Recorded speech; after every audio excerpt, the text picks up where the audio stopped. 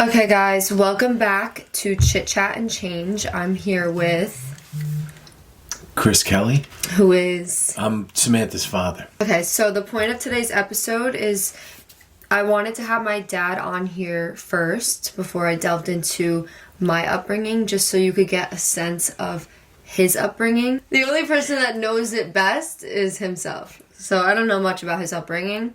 First question: where and when were you born? I was born in the Bronx, New York in 1969 on October 3rd. So wait, what generation would that make you? Gen X. Oh, you're not a baby boomer? No, I'm not a boomer. And why is your stomach always growling when you're videotaping? I just ate. Tell us a little bit about your upbringing. So I come from an Irish Catholic family from the Bronx. We lived in the Bronx until 1973, moved to New Jersey, Wayne, New Jersey. And I have 4 siblings. My parents, I love them very much. They're both deceased. And we come from a very large, highly dysfunctional family with probably mental illness and addiction as far as the eye can see. Tell us a little bit about your father. So my dad was an amazing man, and he taught me a lot about life. He was a special man in that as much as he had many, many flaws and made a lot of mistakes in raising us, he tried to get better as a man and as a human being until the day he died. So I commend him for that for sure. But growing up in my family was rough. My father was an alcoholic in recovery for 33 years when he died. And he got sober. He was sober for 33 years? Yeah. He was actually sober for longer than that. He went in 76 and had a one-day relapse in 83 and immediately went back to AA and had 33 years after that. So he really would have had like 40 years. Wow. He came from generational dysfunction and trauma too. So he and my mother met, and with dysfunction begets dysfunction. So my mother was really toxic and an amazing woman. I miss her. I love her. But we're here to talk about family dysfunction. So there was a lot of funny. She gave me my sense of humor. They both did their best, but I have to recognize what's going on and what happened and accept it all. So my parents met when they were 15 years old. They got married, and my father was a really angry, rageful guy. He had a lot of rage in him, for good reason too, but he had it. And he and my mother got married at 21 years old. They immediately had a child. They just were in no position. Coming from the families they didn't have the skills to have kids. They didn't have any coping mechanisms. They had alcoholism. And with alcoholism, when there's an alcoholic, there's usually a codependent. Whoever stays in a relationship with an addict, by default, they're codependent. Unless they're receiving treatment, maybe going to Al-Anon or getting therapy. But if you stay and you're giving of yourself and destroying your own life to stay with somebody that's an addict, you're codependent. You're part of the addiction. So if 2 people are addicted, which in our case it was that was the case, then what's left for the kids? There's nothing left for the kids in terms of what a child needs to emotionally develop, to get love, nurturing, kindness, all the things that a parent's supposed to do. And if the parents don't have tolerance and they have their own problems with controlling their own anger and rage, then the recipe is already set up. So, when you scream at a child, that strips away the self-esteem of that kid. That's one instance. And if that's the theme throughout the childhood, and there's an insecure attachment to the parents, or there's no attachment, that's the breeding ground for dysfunction, for mental illness, for addiction, because no self-soothing is taught, And then we start to seek outside things to make us soothe ourselves. Did your dad scream at you? Yeah, my dad, he hit us, we got hit.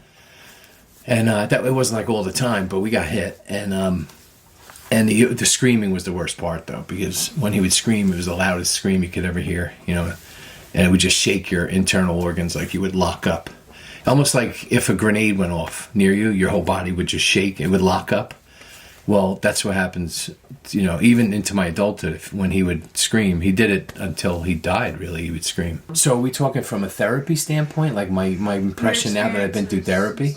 You can talk about your experience as a child and then what you learned in therapy after. Okay. All right. So growing up, we were terrified of our father. And when he was drinking, especially, you never knew who was going to come home, if he was going to be in a good mood or a bad mood. And everything I'm going to tell you, every other person in recovery that I've heard describes the same situation in their family. The alcoholic is like Dr. Jekyll, Mr. Hyde. One minute they're happy, when they're drunk, they're buying gifts. And then when they're out of money and they're late for work and they're hungover, they're miserable monsters. And by the way, it's kind of like I was, when I was drinking. And so we lived in fear. We were terrified. I'll talk in the eye.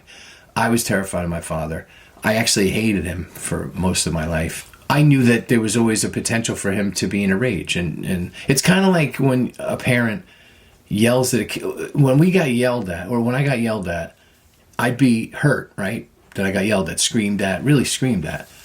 So I'd now be upset about that. And then now the next day when you want to be nice to me, I'm still remembering when you hurt me. So in other words, it was so constantly angry and stressful, and there was money problems. And parents aren't supposed to put their money problems on their kids, but they did. So we looked at ourselves as poor. I grew up thinking that I was poor, and it wasn't until I was in 6th grade when my dad had casually mentioned, like, oh, we're middle class. And I was, like, shocked because I really had no idea that we were middle class. I thought we were the poorest people in our town. What made you think that? Because of how we grew up. It was always like, oh, we have no money. Mom had no money for gas. Well, first of all, my mom was a stay-at-home mom, so she completely relied on my dad. Right. And my dad, you'll hear about this. He comes from a scarcity. I say scarcity. It's upbringing.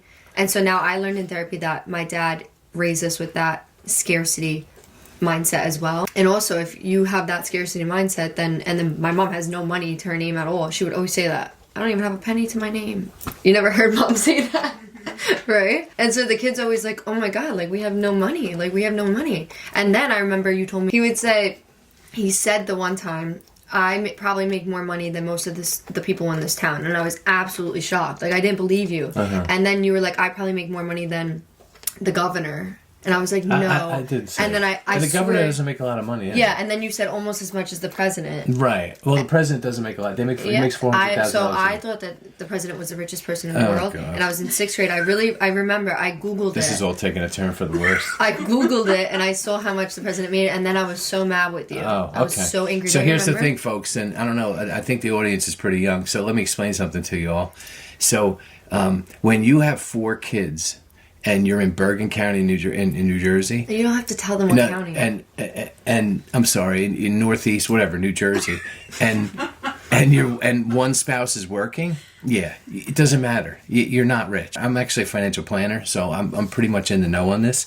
So the point is, it's usually 2 incomes. So you're denying your scarcity mindset. No, I have a scarcity mindset. I have a scarcity mindset for sure. We didn't have paper towels. Right. So I tried to compensate and give you guys stuff I didn't have. I did try to do that. But when it came to things, scarcity mindset. Paper towels are a luxury. It's a wasteful thing. A wet cloth is just as good as paper towels, and it's good for the earth to not use paper towels. I bought Bounty, like a 12-pack. It was like $35, and I said, don't touch it. I keep it. It's a secret in my closet. They steal it in the middle of the night. People come in and take rolls of paper towel. I have none left now. I'm not buying it anymore. The point of this is that what is that? You actually grew up thinking that you were like very, very poor, can't afford anything, and to be in that mindset and always have money on your mind. And so that might have come from the message that you were receiving. Now, I don't know if your mother said, "Oh, we don't have any." I don't know if that was the message from her. Well, then when I started questioning, like, how much money you made, she would tell me that you keep it all to yourself. Okay, so now we're digging a little deeper. Where was I putting it? She would say you were giving it to your family, remember? Wait, listen to this. Like, the fact that my siblings were freaking out of, like, whether or not mom can drive us to school because she doesn't have money for gas. Right, that's ridiculous. There's not a day since I've known your mother and I've had children that I would ever refuse anybody gas. I remember you specifically refusing gas. Oh, no, the kids when you drove? No, it's time for you to get a job and pay for your own gas. No, to mom. I remember she was like, I can't bring you, I don't have gas. And then I would ask you and you'd say, no, I just gave you gas money and I'm not giving you any more. Right, because so hear me out a second. You guys would drive every day to Elmwood Park, Not back you and forth, guys, back and your forth. mom would. Your mom? Who's We were mom? kids. We were babies. Okay, I'm sorry. Your mother would drive every day to Elmwood Park. That is a huge gas bill at the end of the week, and she did that for years. So, yes, I probably did say, hey, listen, I already gave you money for gas. The tank is supposed to last a few days, and you spent it. Yeah, so the Okay, what do you want me to do? experiences as a kid, like, I can't I understand, and go that to wasn't your problem. Yes. So the point is, you had to hear all that, and I'm sorry. I don't know. We should have. I tried to go in the. I don't know if you remember. I used to try to go in the other room to talk. somewhere down the It's line just in your unbelievable. lineage, somebody probably was in Ireland when there was like a scarcity or something, and then Yeah, well, the Irish had some had a lot of so scarcity. that's probably in their where lives. it stems from. That's the It point. could be, Generational absolutely. trauma. So now what am I doing? I'm breaking that You are, and how are you breaking it, Samantha? by spending money on everything. Right. So, okay. I'm a financial advisor, so it really, really upsets me to hear that. You need to. The first bill you're supposed to pay every month is yourself. You have to put money away for your future and for emergencies. That's the first bill you pay. Then you pay your bills. this isn't then about you have fun. finance. No, it is, because it's important to Okay. live like that. So basically, I'll start with my experiences, and then you can explain how it leads back to you and your experience with your father. Sure. Is this going to be another launch of attack? Well, it's just your mistakes. Okay. Okay, So we're here to talk about my mistakes. That's wonderful. I grew up because my mom was so lenient. I wasn't sure if I had the strictest parents. Like, I always thought, like, because I didn't get hit, and, like, some parents believe in beatings and stuff. So I never would, like, say, yeah, my dad's the strictest. But then when I started listening to these people that said that their parents were strict, I was like, oh my God, my dad must have been the strictest. Like, nobody understood when I said my dad is strict. Like, I mean, like, when I say, like, he would kill you, I'm not, then they'd be like, oh, but he didn't hit you, so, like, what is he doing? I'm like, I don't know, but I know I'd be dead. Like, in Right. some way, I'd be The dead. message was clear. You had to. Every parent has to give the kid. Yes. That's what we were taught. I know they're doing it different now, and that's good. But every generation would be fine. Everybody would talk about. My parent would just have to look at me. I'd be in the store. She would give me a look, and you knew you were going to get murdered if you kept going on that behavior. Yeah. So But it's still hard to explain. If you weren't hitting us, how did you instill such fear into... I can. You can't explain it? I can explain it. Yeah. Okay, go. Absolutely. So unfortunately, and thank God for therapy.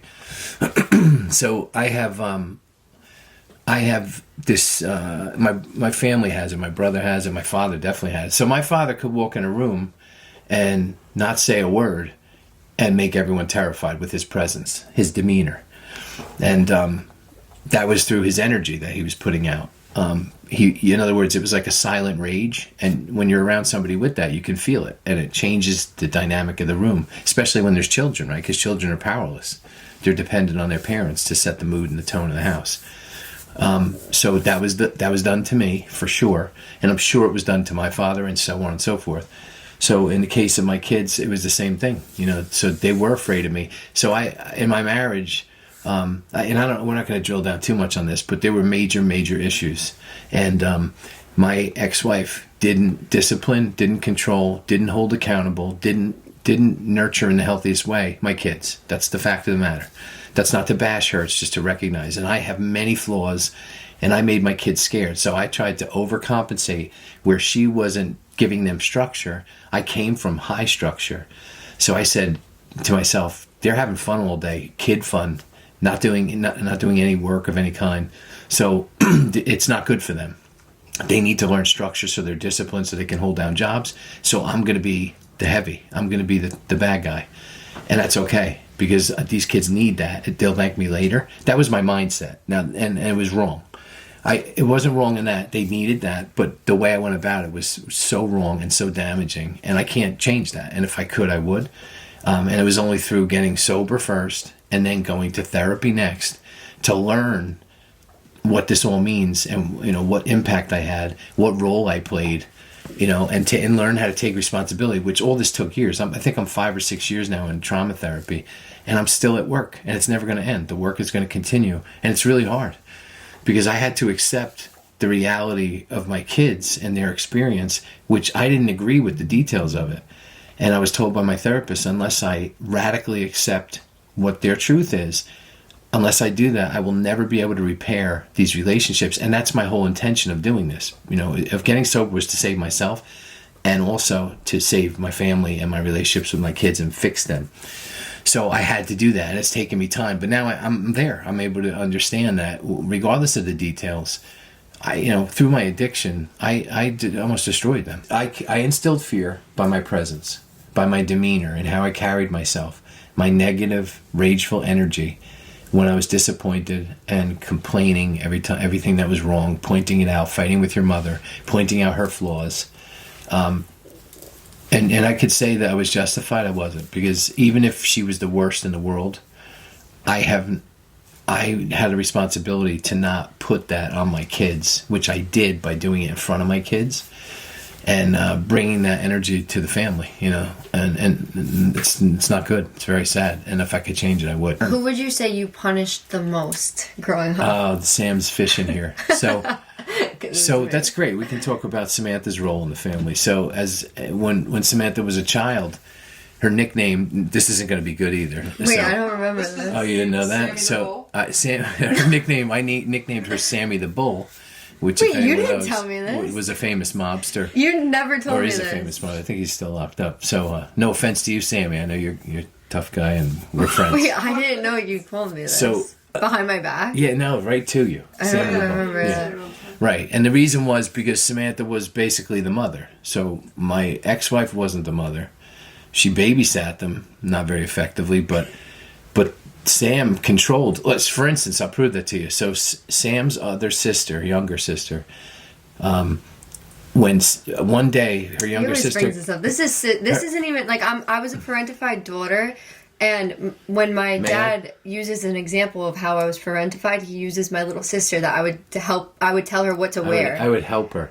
But this is a sister experience. That really wasn't me being parentified. My other daughter came out crying, saying, "Samantha, what do I wear today?" Because she was so used to being told what to wear. I was her older sister. You didn't. Older sisters don't. Trust me, all the girls are gonna say I did the same thing. Especially the little sister, like you make them, like we would make Sadie be our waitress, like that's sister thing. No, but it wasn't cutesy. It was motherly. It was like, no, put on the yellow shirt. That's how you would talk to her. No, but because she was girly and then I was tomboy, so that I picked our roles for us. But yeah, I was bossy. So she picked their roles. Did you hear that? Yes, I was very bossy. Did Sadie have any say in this? If you ask her now to this day, she always says, "I don't know why you bring that up," because I wanted Sam's opinion. Right. And even now, I was just helping her pick out shoes. She became dependent upon your opinion, and she was crying. Yeah, probably because she said, "Sam, please, what do I wear?" I call deflection. Yeah. So, anyways. So let's get back to the core issue. Do you remember when I came to you and I said, "Can you please give me the authority to run this house?" And I asked you. Did we have a meeting? Did we go to a diner? No, I was in 6th grade. I said, "Please tell the kids that I have the right to tell them what to do." What? And I didn't say yes. No, you didn't say yes. But no, of course not. But you were kind of understanding of where I was coming from. Oh, to do the chores. So listen, if we went back in time and I had to do it, a lot of things would be different. But the point is, I didn't realize that your mother had the inability to do it. I thought she just was. I did. Because I thought she was a regular person, so I thought that she just was refusing to do it. I didn't know she didn't have the ability to do it. So we would fight a lot. Because I didn't. Because it was called the power struggle. Right. I wanted my wife to be in control, not my 7-year-old daughter. Yes, but I was doing a better job than she was. You were, but it's still, nonetheless, I wanted the normal family structure. Yeah. Yeah. I didn't want to co-parent with you. You know what I mean? Mm-hmm. Okay. I did not want to co-parent with you. Great. Tough to do that with a 7-year-old daughter. Were you ever hit? Yes, I was hit. Jesse would like you to tell some stories. I was like, you gotta make him explain that one again. Here's the example of the type of rageful behavior that we had to live with. So, and again, I love him very much and miss him. He's deceased. So I was 13 years old, and my friend came over, and we're sitting at the picnic table. My friend was really loud, his voice. And my father whistled from inside the house. So I knew there was trouble whenever there was a whistle. So I went up to the door, and he said to me, your friend's awfully loud. He punched me in the face. And then I walked back to my friend, sat down, and my friend looks at me and he goes, "Did your father just punch you in the face?" And I said, "Yeah, could you lower your voice?" Did he lower his voice? Yeah, he did. My father would say, "You only have to say it once." And it's true. Now, you're right. We all terrified, and then we all developed addictions because of it. But it did stop the behavior. It was effective. The therapists never buy that one. But the point is, we got hit. You know, my brother was beaten badly. My sister was beaten badly. And Your sisters were beat too? Mostly Ann. He mellowed with... Remember, he was 21 when he had his first kid. So a 21-year-old with a kid is a dangerous situation because they're hardly developed themselves. You really should have kids when you're 50 because that's when you're mentally ready, emotionally ready. That is insane. I'm serious. I really believe that. I'm not going to do it, but I am so much better equipped to have a kid right now. Emotionally? Look at Jess. You disagree, but you know what? Everyone else around you agrees, so I think you're wrong. Who do you talk to this about? I agree. A team of therapists. Okay, sure. Mike, I think Sam would agree. I wouldn't say you're ready yet. You'd probably be a little bit farther behind than me. And I'm not ready yet, so... Okay. What was the dynamic between your parents and their marriage? A lot of friction, a lot of anger. My father had rage, my mother had rage, but she was sarcastic and cutting. It was just a lot of dysfunction, you know, not healthy, you know. They did their best. Like, how did your dad treat your mom, and then how did your mom treat your dad? Like, what was their role as a relationship as partners? Oh, in terms of him being a man with a woman, yeah, he was respectful. He was a hardworking guy. He took her out. We went on trips together. He held down the house. He took care. He did everything financially. She didn't. Was he verbally abusive?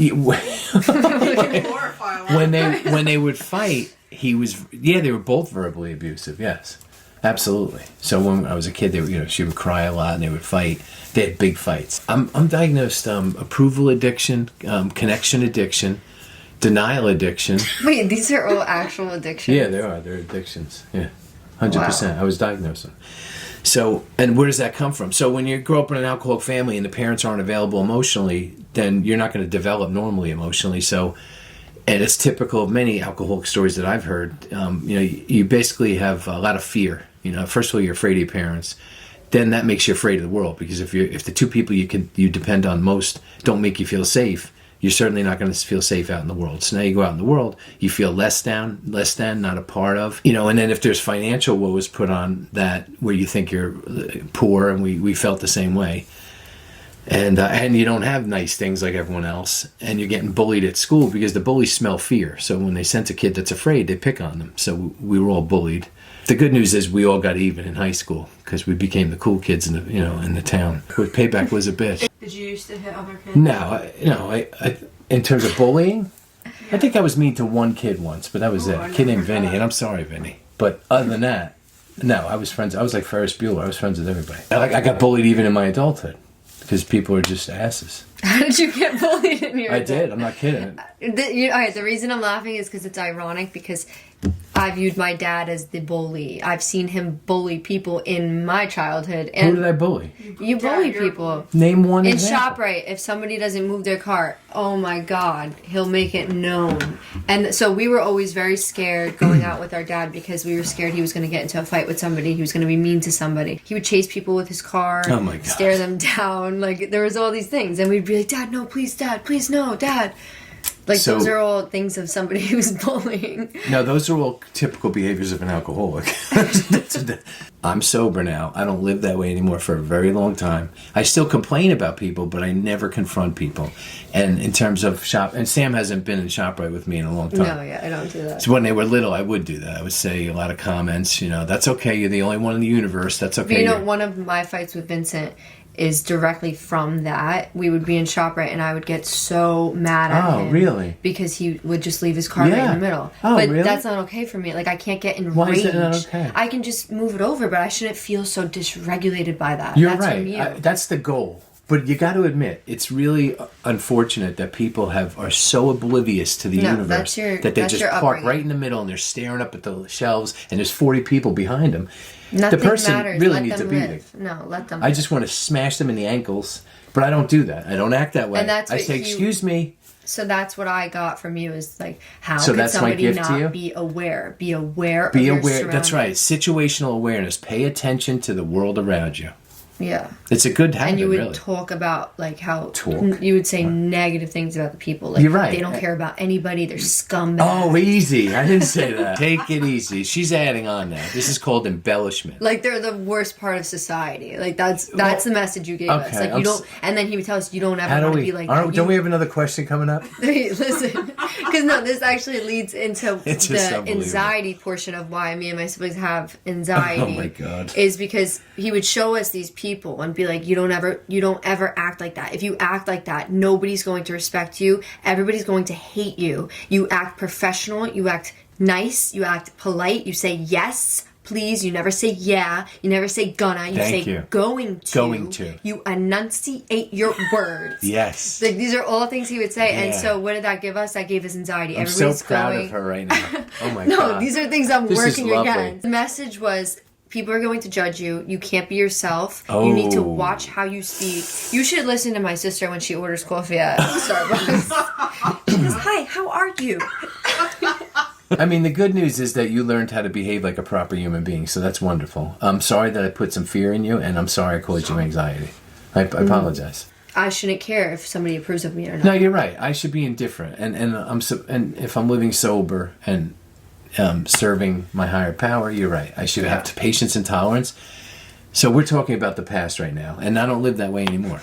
I really don't. I don't get in any altercations ever with Well, anybody. I do hear you on the phone. Well, complaining. hold on. service. But wait, I My do. dad is on customer service every day. But that's from my company, and I work for a company, so I'm trying to get the company. I'm trying to give feedback to help the company. That's my She's intention. a Karen, an And then he's actual like- Karen. Oh, they call me Kevin. Thank you for being my therapist after he yells at them for 2 hours. Yeah, and they always love me. They're like, it's okay, I get it. They all say, I understand your frustration. It's true. I thought I was going to be different than my father and my mother, and I wasn't. Me being funny all the time was seeking approval. And so now... Were you funny all the time? A comedian is... They're all emotionally disturbed, like me, you know. I need your approval. Like that. Something's got to be up with you to go in front of a group and try to get everyone to laugh. Right? And that's okay. We need that. Why don't you get over here and just jump on I the... know, you should have a mic, It's honestly. like the voice from afar. This is what I wanted to ask you. So you know how you would get so angry with us when we would get hurt? Yes, I know. Did your dad do that Yeah, of to you? course. Every bad parent does that. I didn't know. I thought that was specific Yeah, to because you. I'm making it about me. I'm worried, so I'm mad at you because you got hurt. It sucks. It's horrible. But it's really coming from a place of fear. But again, I'm still making it about... it's about my fear that you're hurt. So I'm supposed to just worry about it. Say, are you okay? Oh my God, it's going to So that's a console you. common thing? It's a common thing. Oh, I didn't know It's that. It's actually a common thing. So your dad did that? Yeah, definitely. And actually, there's a movie, Boiler Room, with Ben Affleck, and the kid, one of the stars in the movie, the father, they reminisced about the story when he got hurt, and he confronted his father. He's like, all I wanted you to do is like hold me, and he was so mad at the kid for getting hurt. My dad would always tell us not to ride our bikes in the street. There was one time I was at the carnival with my mom and my grandma. He was trying so hard to Oh show my his God! love. Wow, that's embarrassing. So I was at the carnival with my mom and my grandma and my sister, and we were crossing the street, and I got hit by a car. Yep. And while I was there in the hospital, I was begging my mom not to tell my dad that I got hit by a car. And I was so scared. And then she promised that she wouldn't tell him. And then, like, it was in the middle of the night. I finally got to leave the hospital. And I was like, who's picking us up? Like, who's picking us up? Like, Mom, you better not lie to me. Like, is Dad picking us up? And then I found out. She told me Dad was picking us up. And I was in a wheelchair. And I was, like, trying to get away. And I was like, no, Wow. I cannot. I'm like, I was sorry. so terrified. And then What was I gonna do though? Like, what do you think was gonna happen? you were just gonna scream at me. 'Cause, like, the word, like, out of, like, I would get yelled at just for scraping my knee. I couldn't imagine what would happen if I got hit by a car. I'm sorry. Actually, when I was an adult, my father said to me, what could I have said to you when you were 15 years old that would have changed your behavior? And at that time, I agreed with him. That was before I got sober and before I was in therapy. Since I went to therapy, I learned there was a lot he could have said. There was a lot of involvement a parent can have in trying to work with a kid to help them kind of work through problems and problem solve. You know, that's what life's all about, is right? Problem solving. And you learn that. Everything that a human being is, they learn from caregivers.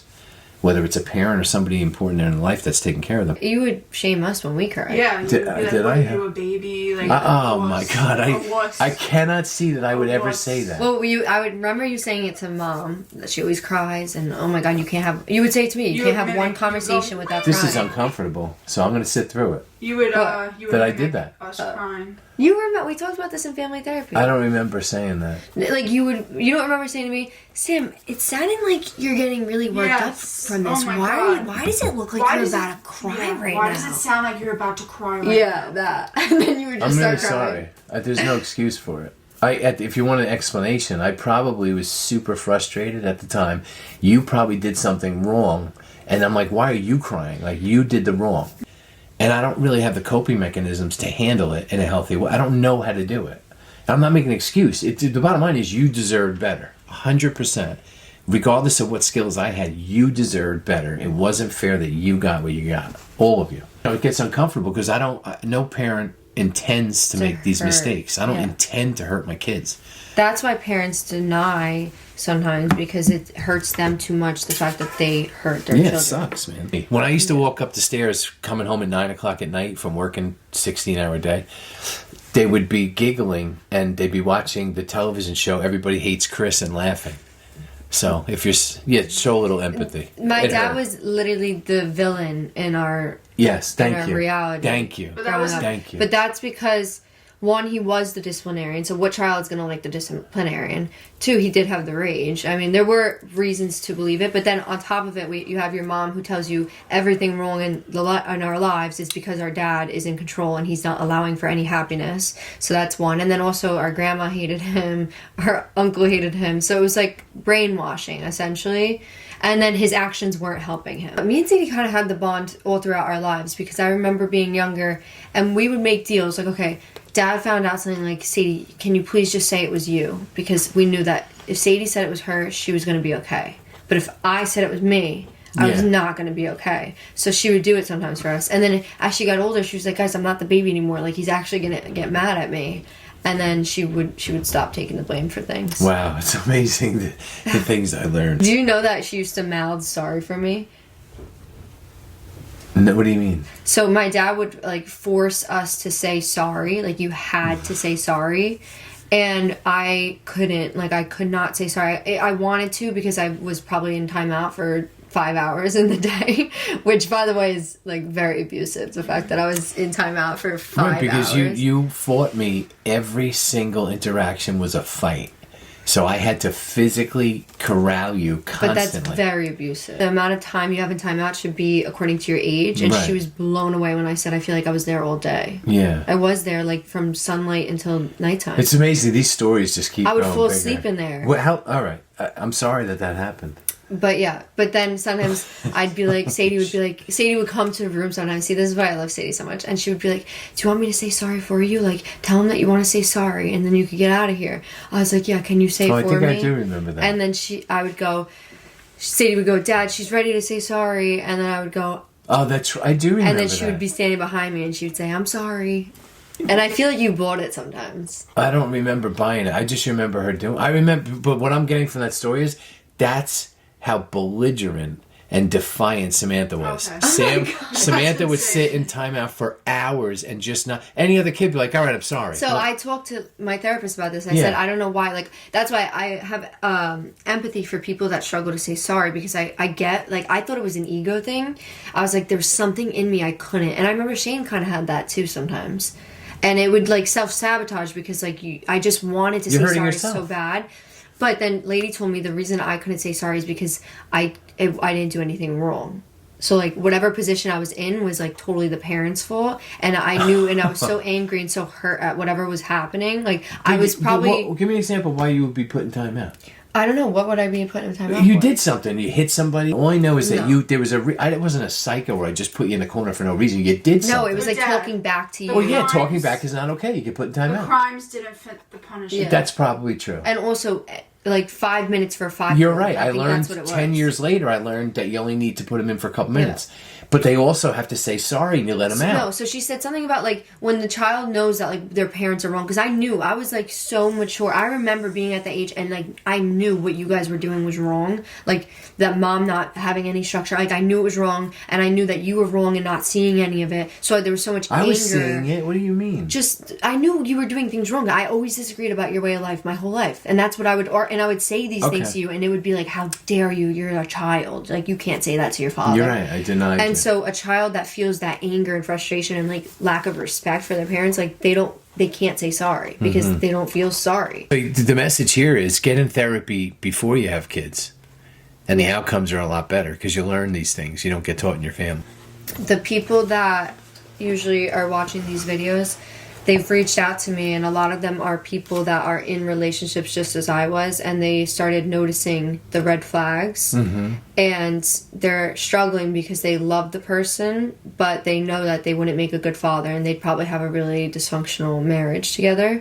So what would you say to those people? I would say if you're able to identify red flags and you're aware of them, or what red flags are and what behaviors are not healthy and acceptable, then you're doing the right thing for yourself, 100%. And it's really hard to do that because typically, if you find yourself with somebody with red flags, you may have your own red flags, meaning that dysfunction begets dysfunction. We are attracted to other dysfunctional people on a subconscious level. We would never sign up for it and write a list of the qualities that we see on a piece of paper because 90% of human behavior is subconscious. 10% is like active, aware, conscious behavior.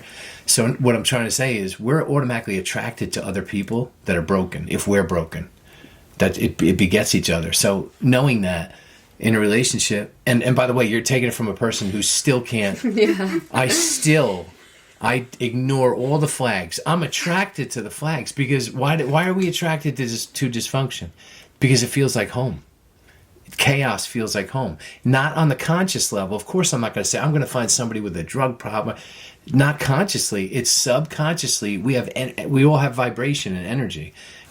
A person that comes from a dysfunctional home will automatically, subconsciously be attracted to somebody that has issues. That also comes from a traumatized or or dysfunctional family. It's automatic. So now I'm aware of that. It's like a process, and this doesn't happen in a day. It happens through getting a really good trauma therapist to understand all these dynamics, human psychology, and then working on yourself. We have to work. For me to be good in life, I got to work on me. I can't fix everybody else, and that's the other problem. You can't fix your partner if they have issues. You're not. And I'm saying this, and I make mistakes all the time. So take it with a grain of salt. I'm still on the journey of trying to figure this whole thing out, but I have enough awareness to say if you have somebody with flags in your life, you need to move away from them early. Wait, they're called red flags. Red flags. I'm sorry. Yeah, that's not right. There's always going to be people that have issues. Everyone's got issues, right? We can be in a relationship with somebody that has issues. That's okay, as long as that person's working on those issues too. Like I'm working really hard on my issues, really hard, and I'm still not there, but I'm getting there, and I'm way better than I was in the past. So I could be a safe bet for somebody because I'm taking action, right? But if you're with somebody that's got flags and they have behaviors that are unhealthy and they're treating you wrong and there's signs and there's rage and there's lying and dishonesty and deceit, those are all flags. How they treat their family, those are flags if it's not good behavior, right? So if you're just ignoring those, they're not just going to get better on their own. The person needs help in working through them. You're going to accept somebody in your life that has issues. They should be working on those issues. If they refuse to work on them, they shouldn't be a part of your life because now you're going to have two people in a relationship. One's going to be growing and one's going to either be staying the same or going down. We need to both be elevating in a relationship. But you can't make somebody change. And I'm still trying to so I'll still be attracted to it. And then I want to change them. I want them to want to change. And that's not reasonable. So you're in it's the a fixer fantasy. Role as well. Yeah, I am. I'm so still that's stuck why I in was it. curious if you were in that role in your childhood, because I was with mom. I guess you're right. And I went into my adulthood. I went to comedy school in 2018. So and I still love making people laugh. I had to bring it up. I'll be playing at Gotham City. No, I'm just kidding. Or do you forgive your parents? My operating system was so broken that I actually had to learn how to be a person in a lot of ways because it was all of it's so screwed up. So now I forgot the question. I know. I'm like, so embarrassing. I'm like, how is he answering? So embarrassing. Do you forgive your parents? I don't know if I can say that yet. I'm processing it, and I'm right now doing EMDR, and I'm working on my relationship with my mother, and it's really hard. I can't even picture her in my memory. In the memory I have to pick for EMDR, I can't even look at her Wait, face. what's the memory? My brother had a different version. My version of the memory is I did something good, and I was going to be rewarded by my father.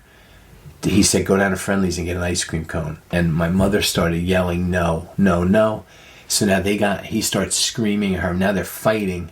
And so now in the memory now, they're in the room with me fighting over me. I can't see them in the memory though. And I'm looking, I remember my backyard in the garage, and I'm looking through the kitchen out to the backyard. And I'm just standing here as a little kid, like so disgusted. Because How old were you? I was 7. Because I finally was getting something. We never got anything. And I'm like, oh my God, I'm going to get ice cream. And it was destroyed, because they were fighting and screaming. I don't even remember. Wait, why didn't she want you to get the ice cream? I didn't know, but my brother told me was because he had bought himself a watch or something. And she's like, I have $5 in my purse and you have bought yourself a watch. Like, I think he was still drinking at that time. Anyway, there was a huge fight, and it just was so overwhelming. I was so disgusted, like, I can't have anything. They can't do anything for us without fighting. And so we're working on that, and she's like, can you got to look at your mother. And I'm like, I can't. I can't even picture it. In other words, my brain won't even allow me to look at her face. Like, that's how disgusted I am with this memory. What about your dad's face? We're not there. I know it's so funny because ladies, like, all we've talked about in 5 years is your dad, and now we got to get to your mother. Like, now we have to work on mom. I wonder why your mom is more painful for you though. Why is your father on such a Come on, that's awesome. I still never understood her being I actually thought when you would say she was brain injured, like you were insulting her. No, she had a traumatic brain injury. I didn't know that because you would use that as an insult to other people. I used to have earrings and I smoked cigarettes when I was younger. So I lied to my kids. So my daughter would grab my ear and go, why do you have a hole in your ear? I said, I got stabbed with a pencil in school. So I'd go to my mother's house and my mother would go, your father smoked cigarettes and he had hoop earrings. And I'm like, why would you tell, what are you, like, because your head injured that you did that? She would say, and during her head injury, she was addicted to painkillers. So we would fight all the time. And she would say, see, I'm laughing because she was funny. But she would just go, sorry, I'm head injured. She's like, it's the head injury. And I'm like, it's not the head injury. I go, you don't go in and out of head injury. That's not how it works. Remember with salt? She'd throw salt over her shoulder with the salt shaker and then go, this thing's screaming for salt. And just sit there and pour salt on her food, like gallons of it. And I'm like, what are you doing? So when you got hit by your dad, was she allowing it? Like, did she ever stick up for you or tell him not to hit you? I don't know.